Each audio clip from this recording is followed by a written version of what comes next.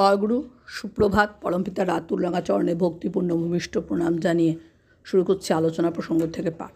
11ই আশ্বিন সোমবার, 1355, ইংরাজি 27/9/1948। শ্রী ঠাকুর প্রাতে বড়াল বাংলোর ঘরে অর্ধশায়িত। তার শরীর আজও ভালো নয়। কিরণদার কাছ থেকে অস্ত্রশস্ত্র নির্মাণ সম্বন্ধে গল্প শুনছেন। কিরণদা ও প্রফুল্লদা সহকর্মীদের ডাকলেন। তাদের মধ্যে একজন খুব ভালো কাজ জানেন। শ্রী ঠাকুর তাকে খুব উৎসাহ দিয়ে ভালো করে কাজ করতে বললেন।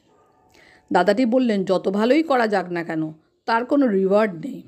শ্রী ঠাকুর: করার স্কোপ পাচ্ছ, তোমার করার প্রবৃত্তি আউটলেট পাচ্ছে, এইটিই লাভ। অন্য লাভের আশা রেখো না। সেই প্রত্যাশা পূরণ না হবার দরুন যদি তোমার করার প্রবৃত্তি, তোমার বিশেষ প্রতিভা মেরে ফেলো, তাতেই সবচাইতে বেশি ক্ষতি হবে। তোমার করাটা বজায় থাকলে তাতে তুমিও দেশ লাভবান হবেই। পরাধীন থেকে বহুদিন পর্যন্ত আমরা করার স্কোপই পাইনি। সে অসুবিধা তো এখন নাই। এরপর শ্রী ঠাকুর কৃষ্টিবান্ধব ও বিশেষ 1.5 লাখ দীক্ষার কথা জোরের সঙ্গে বললেন। কিছু পরে কিরণদা প্রার্থনা সম্বন্ধে কথা তুললেন। শ্রী ঠাকুর: প্রার্থনা করতে হয়, তুমি আমার চিরকাল থাকো, সারা বুক জুড়ে থাকো, হৃদয় জুড়ে থাকো, আমার যা কিছু তোমাতে সার্থক হয়ে উঠুক, তাতেই তুমি কৃতি হও, ষড়ৈশ্বর্যশালী হয়ে ওঠো।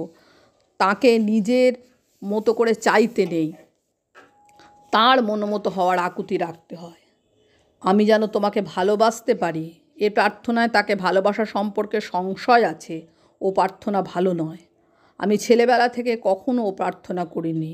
মনে আসলেও ভেবেছি, ওতে তোমার কাম সারা। প্রফুল্ল: সাধারণত সকাম প্রার্থনা ক্ষতিকর। শ্রী ঠাকুর: চাইছই যে তুমি অসৎ। ওরা চাহিতে জানে না দয়াময়, চাহে ধন জন আয়ু আরোগ্য বিজয়।